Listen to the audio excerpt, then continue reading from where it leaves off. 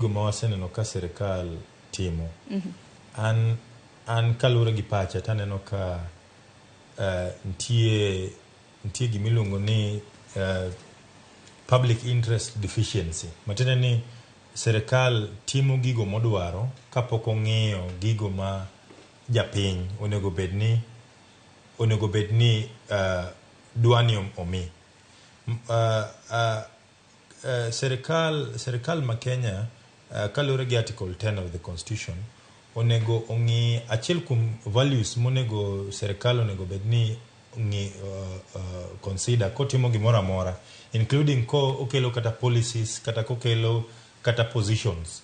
Achiel kuom gik mo onego otim en the interest of the public and the interest of good governance. Kendo jalony mar good governance so nyalo bokono, but gima ng'e en ni good governance demands ni you make prudent use of financial resources. For example, the CASS dhi biro timo e Sirkal ni already itimo gi PS gi minister kata gi directors mag departments mag Sirkal. To onge tiende mondo wachak wamed $50,000,000 kata $40,000,000 every single month ni wa create jobs. Creation of jobs, king'iyo the pedagogy of job creation.